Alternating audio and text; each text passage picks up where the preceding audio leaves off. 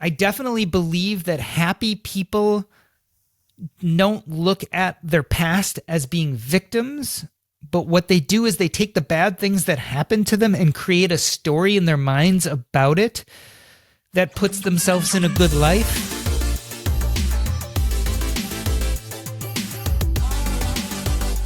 Living more authentically and controlling how we interpret our lives. When we think of deathbed regrets, we generally envision ourselves as some shriveled up old person in a hospital bed with some regrets. And in truth, I don't think we care.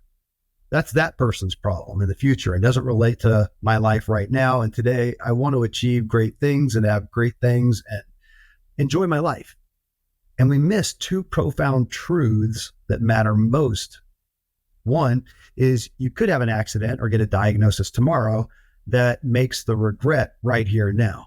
And two, and more relevant, I think, the deathbed regrets are more focused on realizing the depth and fulfillment and happiness that we missed previously in our lives, that we are missing today, right now. I'm back for round 2 with Jordan Grumet, talking through his values and habits. Jordan was an internal medicine physician who left clinical practice to devote himself to hospice care and deep conversations about life. And he covers this in his book, Taking Stock, a Hospice Doctor's Advice on Financial Independence, Building Wealth and Living a Regret-Free Life, which was our topic in our first show together. And it was in the category here of mind and mental health, where Jordan ruminated on how he's so altered by his end-of-life patients and realizing how influenced their lives were, not by true objective realities, but by the stories they wrote around those.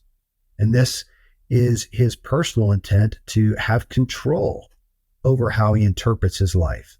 And also how so often his patients have significant regret that they didn't live lives more authentically. They lived for the expectation of others and cultural pressures. As for other categories, Jordan shares how seeing people literally die right before him and sensing something significant changed right there in the room and how that's impacted his spiritual perspective. He shares how many of his patients regret not taking care of themselves better, how that's influenced his own health and wellness pursuits, how he sees money as a tool, and how it hurts people when they see money as a goal in and of itself. He talks about, as of late, he's thinking about taking up an old hobby, collecting baseball cards, because he realizes the nostalgic feeling he has around them. And so he's given it more value to his own inspiration. Jordan, this episode feels interesting because as we're talking about values and motives and habits, and that's your focus. That's the focus of your book that we, Taking Stock, that we just talked about so much. So I'm eager to hear yours personally, especially with the knowledge that you have as in your role. And then I've got some questions for, I think, the cultural perspectives in these areas as well, as you have seen them in such an acute state. So we start off with spiritual as the focus, spirituality. Yeah, and I do. I've got some questions beyond you too, but I'll start off just with you. So when I ask you, Jordan, about where your values are spiritually and then how you walk those out, fill me in. So spiritually, I always feel like you have to separate spiritually from religious. So I have never felt myself to be a very religious person, but felt myself to be a spiritual person. In a sense, I guess what that means is I believe that we have deeper connections with other people and this earth and our surroundings and the moment. And I feel like we have to pay homage to those by being present in the moment and thoughtful. In a sense, I think for me, a lot of spirituality feels like connectedness. So can I feel connected to those people around me and my environment and what I'm doing? But I don't have other spiritual practices other than, so in a sense, so I do believe in things like meditation. So some people would call that spirituality. For me, actually, I feel that's much more a connection to myself. But I certainly believe in meditation, and I use meditative practices on a pretty regular basis, as well as visualization and those types of things. It's funny because I feel like it's a big part of my life, and yet I don't feel like it's something that I specifically elucidate the words to describe exactly what it is. I think it just is who I am. Well, I was going to say, so more so than a tangible tactile practice, it's more of just a spirit of your being throughout the day. I think an awareness and a connectedness, feeling connected again to those people and the places that are around you and where you find yourself during your given day-to-day activities. How did your perspective on, let's say, spirituality change, or was it altered when you started entering into this place of life now, doing, palliative care, and seeing, just the immense gravity? Now, I know as a doctor, you were seeing a lot of, immensely acute, and you said heartbreaking things. So that I would assume that did too. But then also in moving into this other phase, were those things that kind of helped you step back and looking at, even as you talk about purpose and whatnot, those to me are spiritually founded perspectives? It's funny. I started out very much as a scientist, right? So in science, in biology, in high school, college, you study evolution. And if you really look at evolution and believe in evolution, you get to this point where consciousness really seems like it probably was evolutionary, right? That there was probably a time when there wasn't consciousness, and then selection, survival of the fittest, selected out people who had a genetic mutation which caused consciousness, and consciousness allowed them to navigate the world and reproduce more, etc. And so when you look at it from a scientific viewpoint, if you start thinking about consciousness as just something that evolved in us, you kind of come to this idea that there is nothing more, right? We kind of live, and when we die and consciousness dies with our bodies, we're gone, and that's all. I juxtapose that to my experiences in hospice and palliative care, where I've had the privilege of being at the bedside many times as a patient has departed, as they've taken their last breath. And I will tell you, I've been in the room enough, or walked into the room and found a patient who had already passed, to realize that something happens that I can't explain. Like, I've been with a patient on their last breaths and they die and something leaves, and I don't know how to explain that. All I can say is they feel different, they look different, something changes. And I'd even say that, again, I've worked in nursing homes and we have a lot of elderly patients there, and some of the elderly patients are what's called do not resuscitate. So we know that someday they're going to die in their sleep, and that's totally fine. And I've walked into rooms of nursing home patients expecting to find them and examine them, and they've passed away. And usually I can tell right when I walk in the door, and it's not looking at their chest to see if it's moving up and down. It's not looking for the obvious stuff. There's just a change, and something feels different. So reflecting that back on my sense of spirituality, I've definitely changed in the sense that I know there's something there that I can't explain, whether that's an afterlife, whether there's a soul, whether the soul leaves the body. I don't know, but I can tell you that I've experienced that. And so we are more than the sum of our bones and muscles, our cells, and our mitochondria. There's more to us. I've sensed that, especially as I've done more and more of this work. What that means is much harder to tell. And how that affects my life, other than to know, I guess I always reflect this back on being as intentional as I can in living what I feel is kind of a good life, meaning helping people, making a difference, being there. The more I do that, the more I sense peace about whatever the spirituality is in me and what will happen to it maybe the day I die. Well, thank you. And it's interesting that you started off saying, as a common phrase, that your spirituality is not necessarily religiosity or religion, which, as you attest to, I'm going to say the mystery of what you've experienced, it often feels to me like religion tries to take the mystery out and give us certainty. And I don't know that the God that I believe in is that small for us to be certain about those things. I have, being a doctor, so I didn't grow up particularly religious. I was in part of a religious family, and I followed through with religion to a certain age when I had the choice not to. But I am not anti-religion in any way. In fact, I see a lot of the good religion does, especially if you, again, go back to the scientist in me.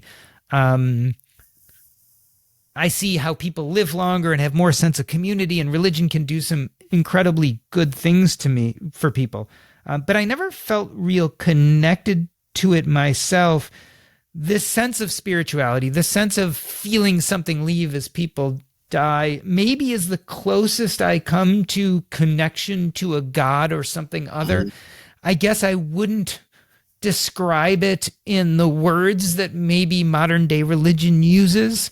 But there's something there. There's some connection. I don't know if I am the one that knows how to elucidate that connection, but there's some connection there. There's something.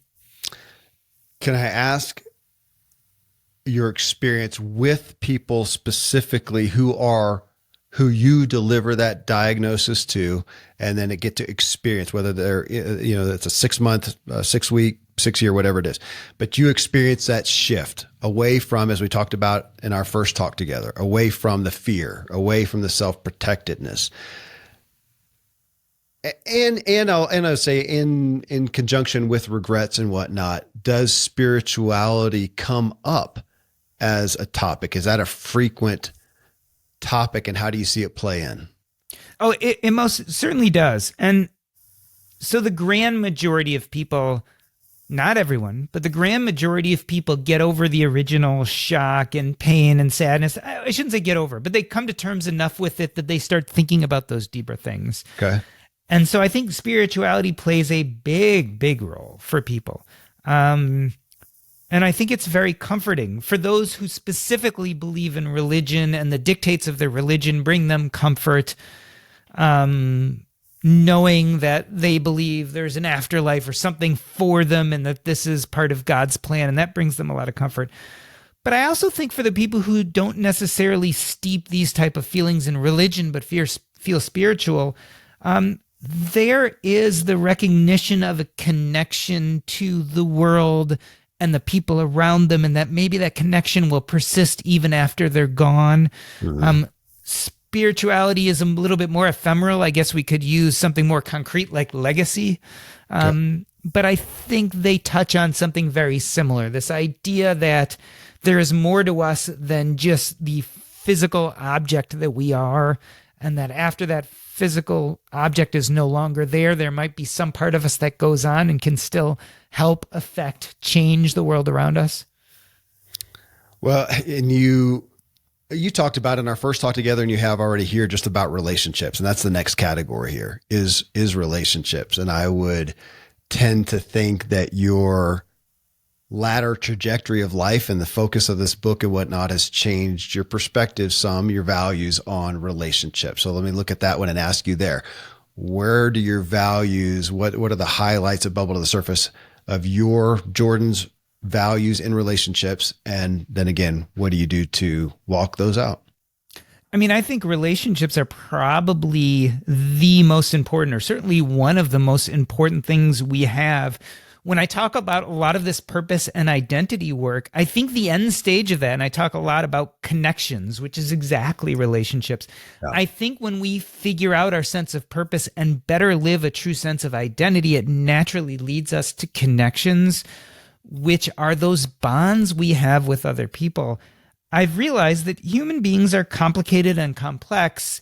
Even when we have the best of intentions, we sometimes don't necessarily do a good job of supporting and helping and being with each other. So as I've done a lot of this work with writing the book and dealing with dying people, I've tried to become extremely intentional about my relationships.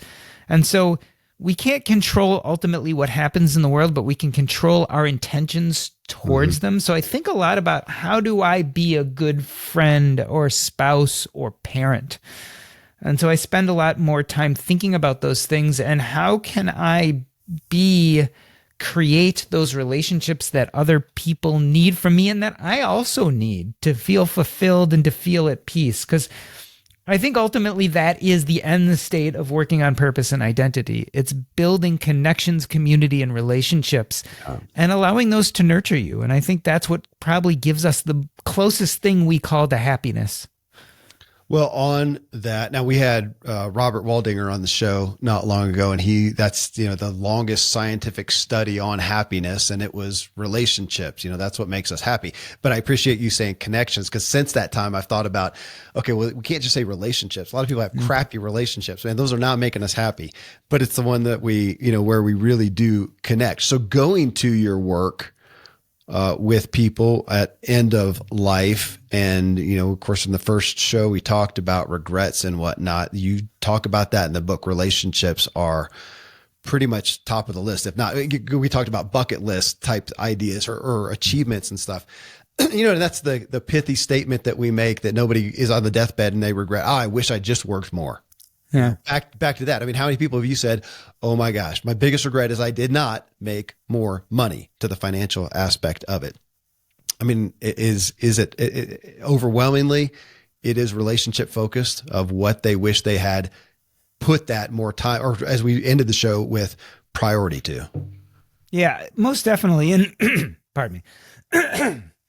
As we talk about these things, and we've talked about spirituality, and now we're talking about relationships, I'd really like to think of this conversation really as about legacy, right? Because I think that's what we're building with all these things, with our spirituality, with our relationships. What we're building is a connection to the world that will last after we're gone, that our bodies are ephemeral, but maybe our spirits, whatever it is, maybe that our advice, our knowledge, our love, our personal habits, our traits, all those things that people get from us last and go on. And that's what I would call legacy. And I think that's central to this conversation, because what we're really doing is building a legacy of who we are that persists. That's interesting. So when we look at how does it come out though? I mean, tangibly, with somebody at that point, they've got 6 months to live, or and that gives them time, as you said, to maybe try to make some reconnections. But let's say the person who doesn't, let's say we're talking 6 days. I mean, it's really end of life, and they regret. Is it that they did not just spend more time in investing in relationships, or was it that they wish they had repaired certain relationships? Did they get into issues of, I wish I had not held on to that bitterness, I wish I had forgiven? I mean, what are the terminologies that come up? I think all of that. And again, if we get back to this idea of legacy, what you're really saying is, I wish I connected on a deeper level to affect change in their lives, change that would last far past me, right? Did I reconnect with those people? Did I pass on the important knowledge? Did I listen to them and make them feel strong and able so they could move on in life? And will those things that I've left help them in the future? Yeah. And so I think it runs the gamut of all those things. What we're really doing is we're saying, was I what people needed from me to benefit far into the future? Because again, I am finite. I will stop. I'll cease to exist. But those things, for instance, I teach my children that allow them to be successful, and they'll have their own children, and my grandchild will pick up a personal habit or trait that my child picked up from me that will make them really good at something that will persist. We talk about generational trauma all the time, and we always talk about the bad things. But what we don't talk about is the exact opposite. Not only do we get the generational trauma, we also get their successes and their love and their beliefs and their habits and their spirituality. All of those things are passed down. And so ultimately, I think we want to leave as much of the good along with, unfortunately, sometimes we leave the bad, and that's the generational trauma. But I think we want to remember to leave the good. And that's what I think this conversation comes down to.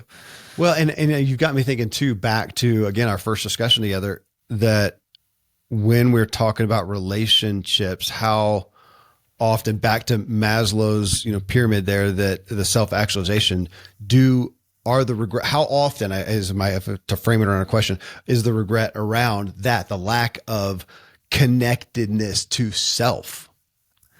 No.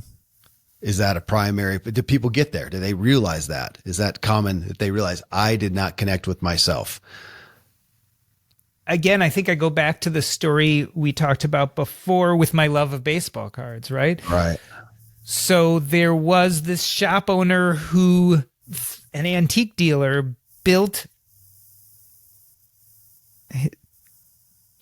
this habit of buying and selling baseball cards because it allowed him to develop a community with a lot of the kids in the neighborhood, especially the kids who maybe were on the outskirts and weren't fitting in and couldn't be part of the sports teams and all those kind of things. That legacy became part of who I was, one of those dorky kids who felt disconnected and found my community in his little antique shop. Long after he died, here I am at 50 years old, coming to terms with my identity and purpose, realizing this is a part of who I am, and then maybe building that into my practice of purpose and identity and connections. And maybe I'll use that knowledge and love to connect with other people, and there'll be some other kid or person waiting in the wings who will affect their lives. And long after I'm gone, they'll connect with their sense of purpose and identity and remember those gifts that were passed on generationally, even though we all weren't related, and affect and leave a legacy for those who come after them. Well, Jordan, the next one is health and wellness. So on that, it's interesting. Again, we talked about the arrogancy, in essence, of putting the important things off till the end of life, assuming that we will have time, that we will have capacity to enjoy that. So I would imagine that your experience with people in such a state has influenced your own perspective on health and wellness. So tell me about the values there. So I look at health and wellness very much as part of my purpose. So I think if we can build health and wellness into our sense of purpose, it allows us also pursue those non-health and wellness purposes in our lives, right? So we do better when we feel better and when we're taking care of ourselves and when we build those personal habits that make us healthy. And so health and wellness are very important to me. I mean, I probably spend 2 hours a day exercising now. I used to be one of those guys who'd go to the gym and stress out and exercise really, really heavy. And then I ended up dreading my exercise habit. So I've changed quite a bit. Like I do tons of walking and some slow jogging and some exercise bike and yoga. So I've changed the way I do things to make it more joyful. But I think health and wellness is part of that purpose and identity practice. And when we build it in, it amplifies those other parts of purpose in our life because we just feel more connected and healthy and energetic to do those things we want to do. And of course, like any sort of purpose, you can build community and connections in that. So I like to exercise, but you know what I really like to do? Exercise with my wife. And so I am using that, something that's important that makes me feel good and energetic and happy, to also build yet another connection with my wife. It's an activity we do together. It makes us stronger. And so that's my goal, is health and wellness are part of my purpose. I think it makes me feel good. I think it should be part of most people's purpose. I think it frees us emotionally and physically to do those things we really want to do in life. How about on the nutrition side? Anything that you ascribe to there specifically? So nutrition is a tough one. There's what I ascribe to and then what I practice, just like everyone else, right? Yeah, with all of us. So Great. Obviously the easy stuff, right? So being a doctor for many, many years, counseling on nutrition and wellness, we should all probably eat a little less. We should all probably eat things we can identify, right? So if you're looking at the list of ingredients and there's lots of chemicals and words that you can't explain, then it's probably not the most healthy. We should all strive to probably make things fresh more than to buy pre-made or to go to restaurants that pre-make things for you. And And then I think we have to accept the fact that perfect is the enemy of good, which means we all crave that super double scoop hot fudge sundae with all the toppings on it. And to deny yourself those things that you love 100% of the time probably isn't good either. So I think that we've got to have a moderation practice that, just like anything else, I was born in a family in which, so talking about generational trauma and what we pass on, my grandmother was a depression baby, right? So she was born during the Great Depression. Her mother died during the influenza pandemic of 1918. She ended up being put up for adoption, and so grew up and aged out of an adoption home during the Great Depression. So imagine what kind of food and scarcity habits she must have had. She passed them down to my mother, who I think passed them down to us, whether intentionally or not. So I tend to eat as much as is put in front of my face. I definitely have fears of food scarcity. Food ended up being connected during childhood to every happy occasion. It was always celebrated with food. So I personally have to fight that battle of disconnecting food from wellness in the sense of happiness or purpose, and have to put it back where it belongs, which is nourishment. Yeah. And so that's a struggle I've had my whole life. My weight's ballooned up and down, and I've definitely had to give myself grace at not always being good at that. But I think we need to put it back in the place of nourishment, right? This is what nourishes our mind and body. And we try to be respectful to our minds and bodies with exercise and habits and sleep and all those other things. I think we have to look at the same with food, and we have to find a way for food to support us, to give ourselves some grace, to splurge occasionally and to have that fun time. But also to build in those habits and practices of healthy eating and not overeating. I've definitely moved away from alcohol as I've gotten older. I used to like drinking alcohol. I used to like beer a lot. I've actually found myself buying the non-alcoholic beers. They give me all the great taste and none of the hangovers, uncomfortable feelings, nausea, bloatedness that even drinking a beer or two now does for me. So I've tried to generally, as I get older, move towards more healthy practices. And I find that I'm generally happier on the inside when I take care of my outsides a little better. I want to ask Jordan, do you see that again on the, in essence, deathbed regrets in regards to health and wellness? Because on one hand, you could see somebody who may be there as a result of, some poor lifestyle choices and whatnot, and say, gosh, I wish I had taken care of myself better. And also said, I wish I'd have let myself have more of the double fudge and just enjoyed it. Where does that fall?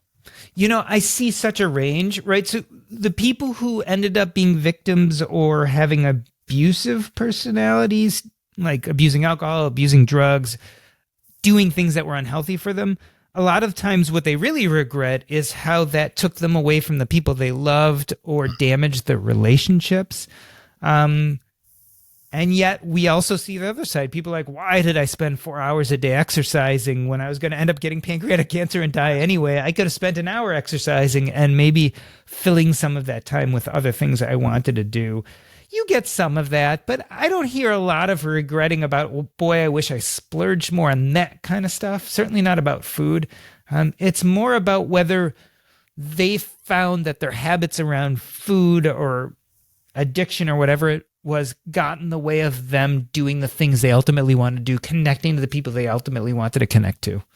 Interesting. Next category is mind, mental health, even mental state.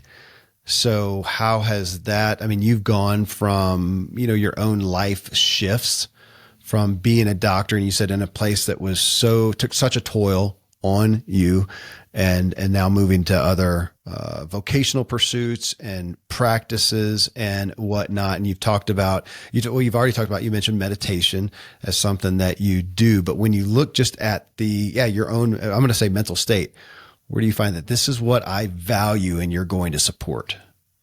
Yeah, I think mental health is just so amazingly important. And I think it is a practice we have to build into our everyday life.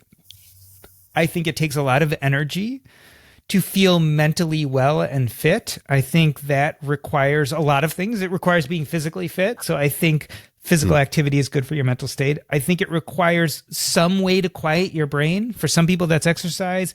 For me, that's meditation. For other people, it's listening to classical music.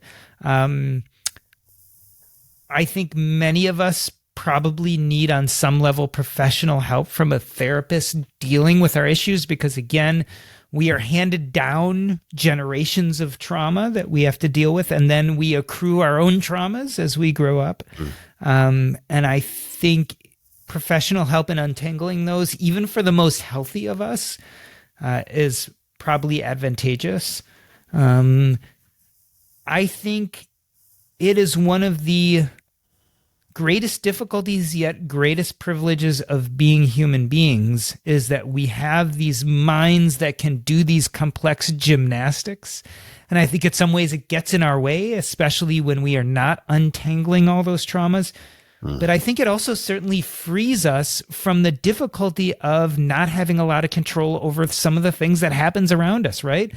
My dad died when I was 7. I couldn't do anything about that. I had no control of that. We live through depressions like my grandma did. We lose family members. We have horrible upset in our lives. We don't live up to our expectations. Bad things happen.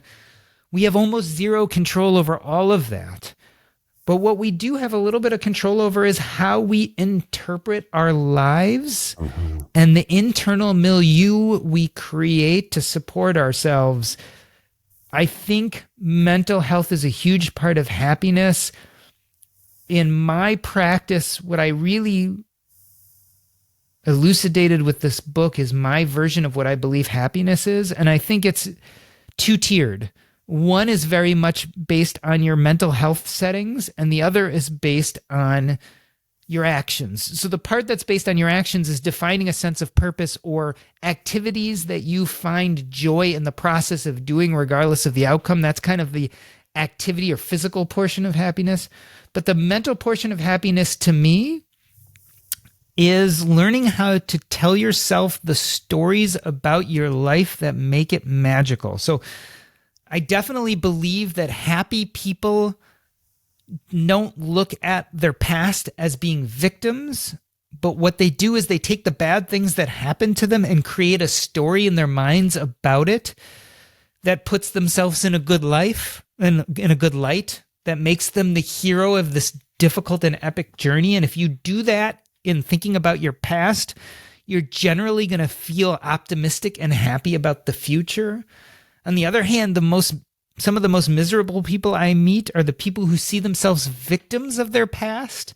And so they're very fearful of the future because they are stuck feeling like they got a bad shake at things earlier on in life. And so I really think that's a big part of the mental game, is learning how to interpret your past in the most positive ways and feel like you emerged the triumphant hero. Because if you can walk into today with that mindset, there's almost nothing you can accomplish, or at least you're most likely to be happy in the future. Okay, so is that an overlap of your experience upon that diagnosis of death and that shift that you see away from the lifetime of fear and self-protection, and now we have this more opportunistic shift? Is that what you're talking about in essence here? Is, you know, can we manufacture that before the deathbed sentence? So I often say, and I think I've said it to you already, we kind of die the way we lived. Yeah. And so it's really hard to take someone who's felt a victim their whole life and say, oh, by the way, you're dying, and let's get over that victimhood.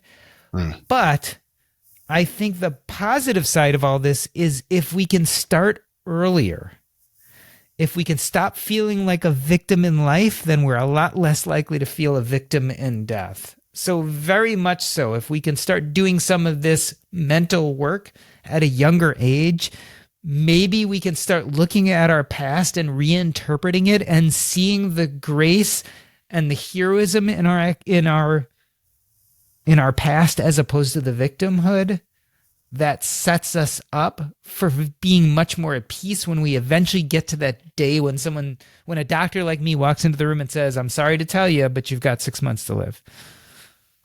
Is that then, I mean, again, going back to the regrets, that a regret of, I wish I had not played the victim. I wish I had not worried so much about money or whatever it may be. You said the word, and it's one I'm a fan of. I wish I had interpreted life better, more victoriously, or triumphant is the word that you used. Yeah.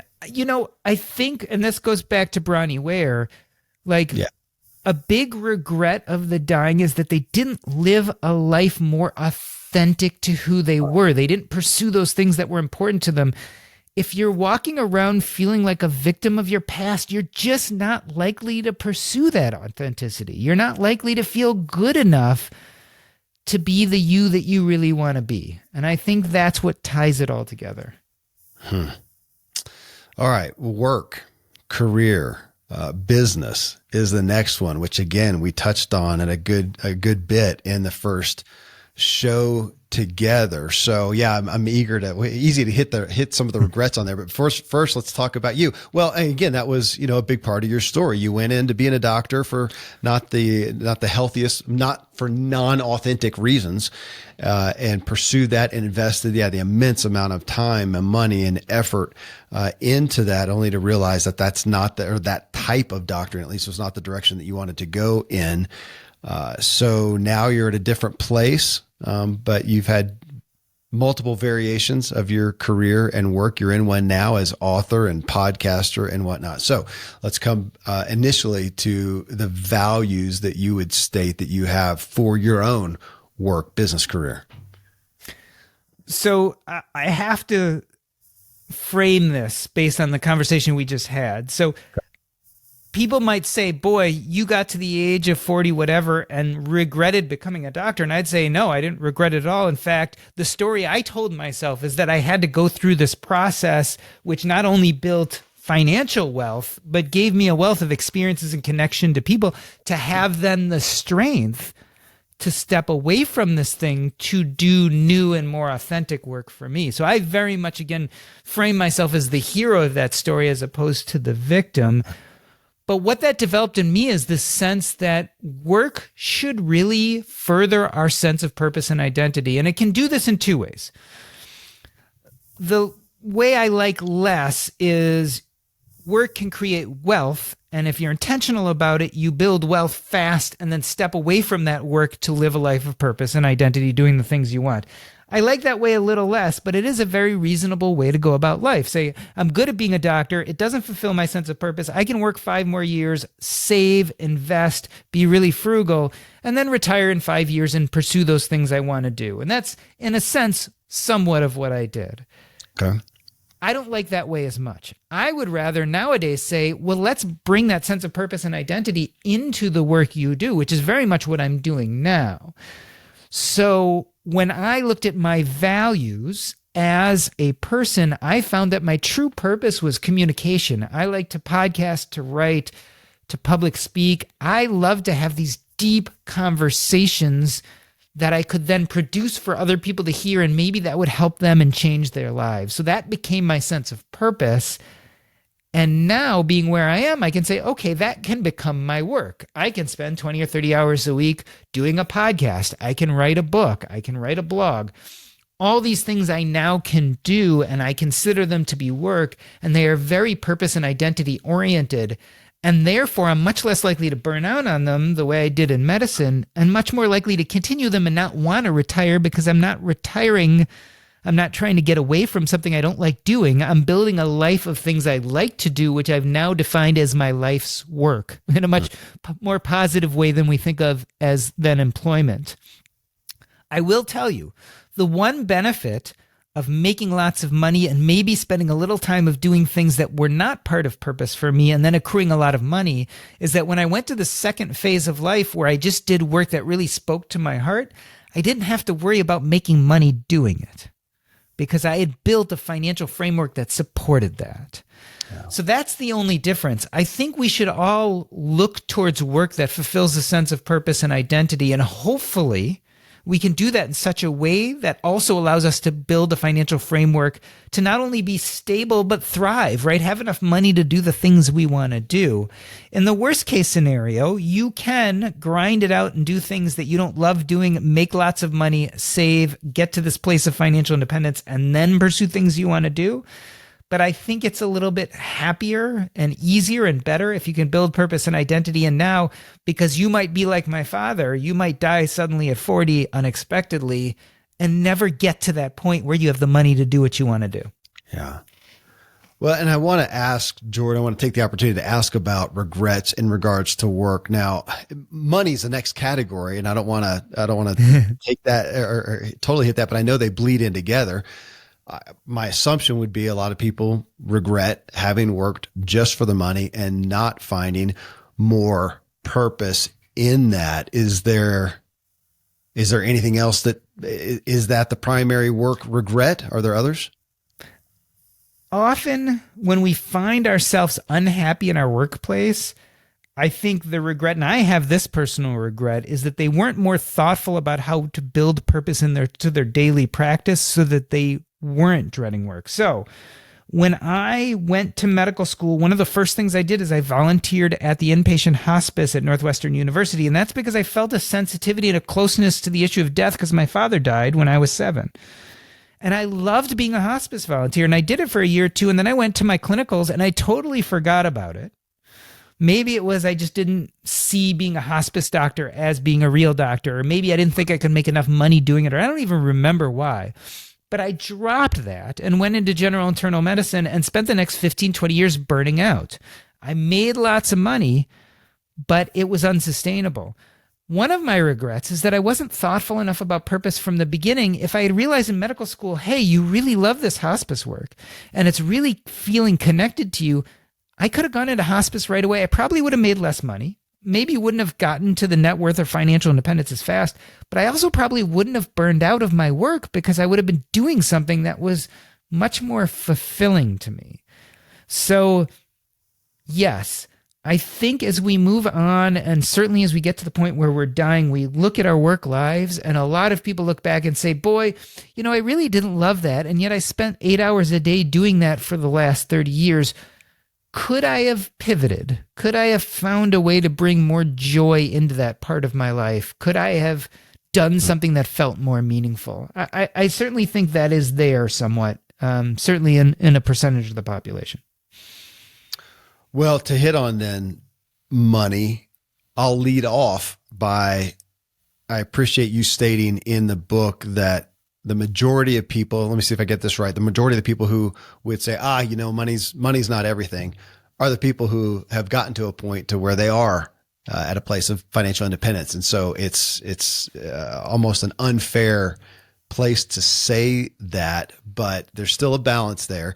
And you have gone from, you've talked about being fairly privileged, most of your life, and you did go and become a doctor and made money. But when you look at your values now, how would you define them? So for me, the biggest value regarding money is to see money as a tool and not the goal. And I think we've really lost track of this, especially in American society, as we start seeing net worth and money as the goal. And when we do that, we start forgetting the purpose of that money, what that money is supposed to do for us. And so I'm really trying to build that value into me and my family, and even the populace through this book, is to build the value of money as one of many tools that helps us live a purposeful life. It's a powerful tool. It's a tool that when you have an excess of it, it can really free you of some of those responsibilities so that you can devote more of your time to purpose and identity. But it's not the only tool, and it's certainly not the tool. And most importantly, it's not the goal. And so that's the value that I'm really trying to build and pass on. And yes, it's really easy to say that when you come from a place of privilege and have a lot of money or are financially independent. But I think it's just as important in people who are not in a place of privilege to start realizing that money is one of the tools and not all of the tools. And if they're in a place where they only have enough money just to get by, they start using some of those other tools, their communities, their relationships, their time, their energy, and start using all those things to start working on purpose today as opposed to putting it off. It reminds me of, I mean, we know that a love-hate relationship with money. It seems like, I feel like people are pretty polarized. They either, love it or espouse to, or they hate it. And to me, I'm curious about putting in there, when I ask people about money, finances, and possessions as well, to put that in there, because I'll find somebody who will say, I hate money, money's evil, whatever. And yet they adore their possessions, whatever that may be, the dog they bought, the guitar they have, the bike, the car, whatever it may be. And I think, it doesn't really fit. It's kind of like saying, I hate water, but I love fishing. Well, you need water do you really hate water? So kind of playing with that and the errant views that we get around money. I mean, it does feel like, and I know this is a topic that you're an expert in, it feels like we have a lot of baggage around money, and you're seeing an acute manifestation of that at the end of life. Yeah. I mean, I think we all have a huge amount of money trauma, right? And it manifests differently in different people depending on their personalities and the trauma they experienced. For some people, that ends up being money hoarding. And for other people, it ends up, or money loving, so to speak. And then for other people, it's money spending and money hating. Ultimately, the goal really is to be money indifferent. The idea, again, is it should be no more exciting or unexciting to us than a hammer is for a nail that needs to be driven into a piece of wood. It's the tool you need at the moment. That hammer isn't going to make you happy. It's not going to make your car run. It's not going to fix your relationship with your cousin who you just got into a fight with, but it'll do a darn good job of getting that nail into that wood. And I think we have to start looking at money the same way. It has a purpose. It can help us do some things, but it's not the end all be all. It's not something we should be scared of or avoid, and it's not something we should love or hate. It's just something that should help us build these lives that we love. So I'm going to bring it back. And you mentioned Ken Honda, who was such a joy to have on the show. And it was the last endorsement we got put on the book cover. And I hear you agreeing with him that the money, like you say, is a tool. And what matters most is just how we think about it. And he gave me a lot to ponder as far as how I viewed money, happy money or sad money, how I viewed even the money that I gave. Was I happy in doing so? Was I sad in doing so? And the impact that it had on me. Yeah. I mean, Ken is fantastic. And what he calls happy money, this idea that when we're living good lives, happy money flows to us and flows through us towards other people. And again, it's this idea that money comes to us in exchange for the things we do. And if we're doing things that are important to us and that feel good and are full of purpose, we're not going to spend a lot of time thinking about that money. We're going to use it, and then we're going to happily spend it on things that are important to us, things that further our sense of purpose, or help our fellow human beings, or do things we want done in the world. It really is a nice twist on this idea of money, something that's so fearful and weighty in our hearts and minds. And he just lightens it up so much and brings it back to the important part, which is, again, us being intentional, living our values, doing those things that are purposeful for us. And the money's going to dance around us. It's going to dance in our hands, and it's going to dance right out. And I think that's okay. Last one here is interest, just personal. The interest, and you actually talked about it a moment ago, and you mentioned happiness, and you said from activities that just bring us joy. In essence, they may not in and of themselves, have a big intrinsic value. And I like looking at it that way more and more. I found myself in this question, in this category, asking about the things that you do that may not have a productive result. In it, which obviously you've talked about one very much with the baseball cards, that's something that is just, you don't have to I find myself thinking about, because these days I look at stuff that I like and I think I don't have to justify it. It just is. I don't know why it brings me joy. It just does. And like you talk about, I like to collect stuff. Don't know why. Well, what's that benefit the world? Who cares? If it gives you inspiration, it gives us inspiration. So anything, obviously you talked about the cards, that does that. What other things fall in that category? Oh, for me, it's definitely comes down to communication. Right. And I love things that are creating a sense of communication. I love having deep conversations. I mean, I spend a lot of my time podcasting, and it gives me a huge sense of purpose, and a big reason why it's a good activity for me to fill my time, because from the moment I get in front of the mic to the moment I'm done, it feels important and necessary and fulfilling. And if all that happens is I switch the mic off and never do anything with that recording, I've already won the game. It's already been worth my time. Now, I can still release it, and thousands or millions of people can download it and listen, and maybe it'll change their lives. Maybe it won't. I can't control that very much. But I can control the joy, the feeling of purpose, the importance that I feel when I get behind the mic. And that doesn't mean I can't also work on improvement. I can still feel joy at this idea that I can become a better interviewer. I can become more fluent in my answers. I can build a better intro, or I can study podcasting to see what people like and don't like. That doesn't mean that I'm going to be the most successful podcaster out there in the world, because I have very little control over that, but I can get a little better. I can improve the quality of what I'm doing. So this idea of doing something you love, the process as opposed to the product or end goal, as well as feeling like the activities you're doing, you're making some incremental gain, regardless of how you define that gain. It's a gain that feels important to you. And if you have those two things, to me, that at least is the action part of happiness. I was with Robert Waldinger talking about Arthur Brooks, and Robert said that he's at a point now of so much less focus on the achievement, like you talked about the product, and more, he said, on the path. Is he enjoying the path? Like you said, is he enjoying the process? Well, on the cards, though, I did want to ask, you got a favorite baseball card? So, I love to marry my different interests, right? So I'm interested in finances. I'm interested in investing, and I have very few alternative investments. So I've been thinking lately, what if I took 5% of my portfolio and bought some real collectible baseball cards as an alternative investment? And you know what I love? I love finding really old cards of the greats. So like the Babe Ruths and the Ty Cobbs and the Honus Wagners and the Lou Gehrigs, and the stuff that's starting to get harder and harder to find. It's certainly hard to find it in really good condition.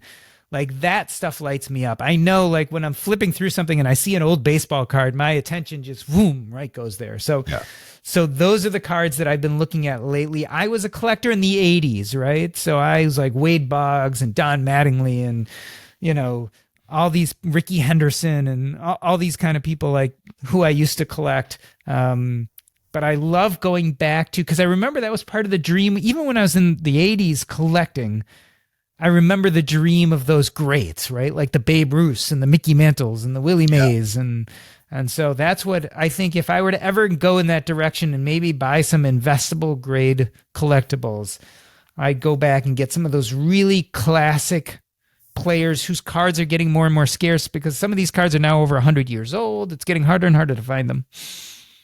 And are you an avid sports fan? I mean, you avidly are watching baseball these days? I'm not. Really? I stopped paying attention to sports in middle school to maybe early high school, and I know nothing about sports nowadays. Although, I mean, I know enough about like watching basketball. So I grew up in Chicago during the Michael Jordan era, and I was a young kid during the heyday of the Bears and Walter Payton and Jim McMahon and all that. So I loved it back then. I've kind of stepped away from that just because my family's not interested. My wife's not interested. So we don't do a lot of that stuff. But the baseball card still holds some interest for me. I could see myself going back to watching baseball someday, maybe. Yeah.